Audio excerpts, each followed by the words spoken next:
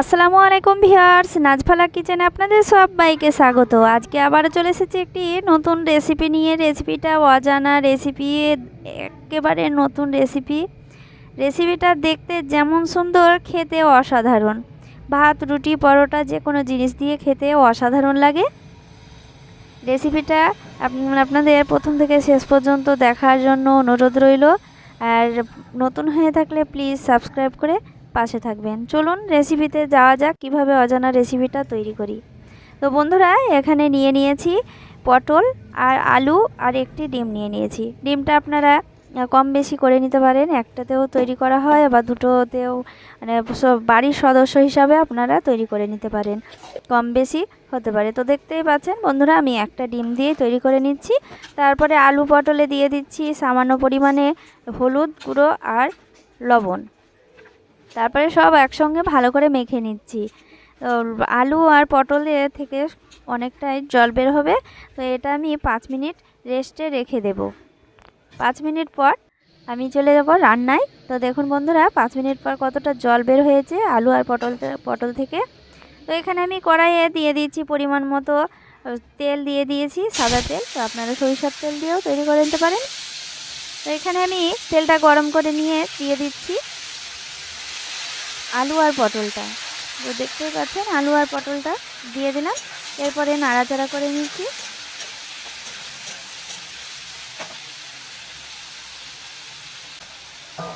এবার ঢাকা দিয়ে দেব 2 থেকে 3 মিনিট। তো তারপরে আমি নাড়াচাড়া করে নিয়ে এভাবে ভেজে নিচ্ছি। তো দেখুন, এইভাবে লাল লাল করে ভেজে নিতে হবে। আর দেখতেই পাচ্ছেন কতটা সুন্দরভাবে কালার এসেছে আলু আর পটল থেকে। তো দেখতেই পাচ্ছেন বন্ধুরা, এতেই সেদ্ধ হয়ে যাবে।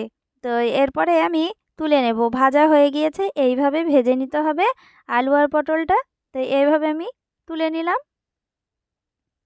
এই যে দেখুন, কালারটাও দেখুন কতটা সুন্দর। তো এরপরে আমি ওই কড়াইয়ে দিয়ে দিচ্ছি অল্প করে তেল। তারপরে একটি ডিম ভেঙে দিয়ে দিলাম। এখানে আমি শুধু ডিমটাই দিয়ে এভাবে নাড়াচাড়া করে ভেঙে নিচ্ছি। তো দেখুন, এইভাবে ঝুরি করে ভেজে নিচ্ছি।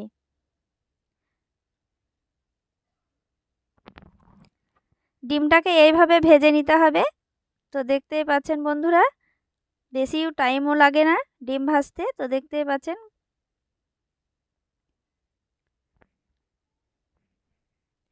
ভাজা হয়ে গিয়েছে। এবার তুলে নিচ্ছি। এটা সাদা সাদা হয়েই ভেজে নিতে হবে, বেশি লাল করা যাবে না। আর বেশি লাল করলে শক্ত হয়ে যাবে ডিমটা। তো দেখতেই পাচ্ছেন বন্ধুরা, এরপরে আমি ওই কড়াইয়ে দিয়ে দিচ্ছি পরিমাণ মতো তেল। সাদা তেল দিয়ে আমি রান্নাটা করে নেব। আপনারা সরিষার তেল দিয়েও রান্নাটা করে নিতে পারেন। তো এরপরে আমি দিয়ে দিচ্ছি পেঁয়াজ কুচি। পেঁয়াজটা দেখতেই পাচ্ছেন, পেঁয়াজটা নাড়াচাড়া করে নিচ্ছি। পেঁয়াজটা যখন, পেঁয়াজের কালারটা চেঞ্জ হয়ে যাবে, এরপরে দিয়ে দেব আদা রসুন বাটা দিয়ে দেব। তারপরে দিয়ে দেব টমেটো বাটা। টমেটোটাকে আমি বেটে নিয়েছি। তারপরে দিয়ে দিচ্ছি লবণ স্বাদ মতো। তো দেখতেই পাচ্ছেন বন্ধুরা, লবণ, টমেটো, আদা রসুন বাটা আর পেঁয়াজ, এটা ভালো করে নাড়াচাড়া করে নিচ্ছি। কিছুক্ষণ নাড়াচাড়া করার পর দিয়ে দিতে হবে হলুদ গুঁড়ো, লঙ্কার গুঁড়ো, জিরে গুঁড়ো, ধনে গুঁড়ো। সব উপকরণ দিয়ে ভালো করে নাড়াচাড়া করে নিচ্ছি।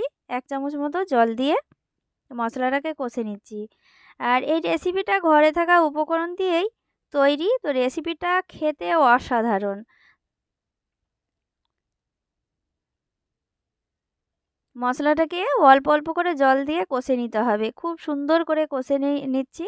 তো জল এবার 4 চামচ মতো জল দিয়ে দিচ্ছি। জল দিয়ে আবারও নাড়াচাড়া করে নিচ্ছি। যখন মশলা থেকে তেল ছেড়ে যাবে, তারপরে দিয়ে দিচ্ছি, দেখুন মশলা থেকে তেলটাও ছেড়ে গিয়েছে। এরপরে ভেজে রাখা আলু আর পটলটা দিয়ে দিচ্ছি। আলু আর পটলটা দিয়ে খুব ভালো করে নাড়াচাড়া করে নিচ্ছি।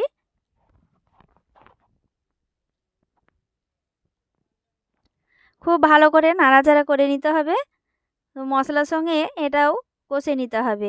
আর খুব সুন্দরভাবে মশলাটাও লেগে যাবে। তো দেখুন আলু পটলের সঙ্গে খুব সুন্দরভাবে মিক্সড করে নিতে হবে, আর মজেও যাবে তরকারিটা।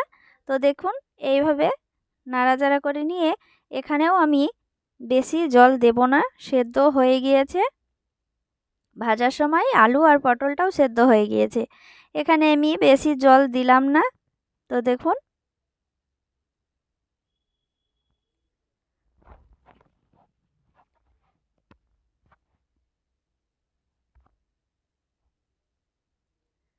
দুই থেকে তিন চামচ মতো জল দিয়ে দিলাম।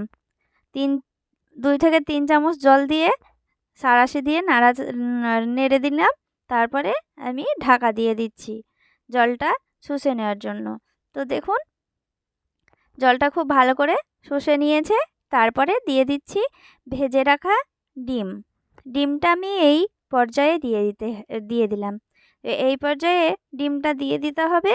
তো ডিমটা দিয়ে আবারও খুব সুন্দর করে নাড়াচাড়া করে নিতে হবে।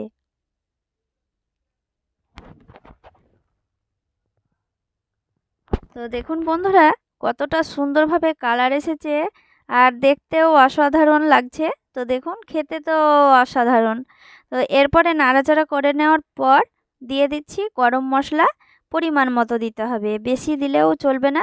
তো দেখুন বেশি দিলে গন্ধ করবে। তো নাড়াচাড়া করে নেওয়ার পর দিয়ে দিচ্ছি ধনেপাতা কুচি আর কাঁচা লঙ্কা দিয়ে খানিকক্ষণ নাড়াচাড়া করে নিয়ে নামিয়ে নেব। এই তো বন্ধুরা দেখুন রেডি হয়ে গেল। দেখুন বন্ধুরা রেডি হয়ে গেল অজানা একটি রেসিপি। তো রেসিপিটা দেখতে কতটা সুন্দর লাগছে আর কতটা লোভনীয় লাগছে দেখুন বন্ধুরা।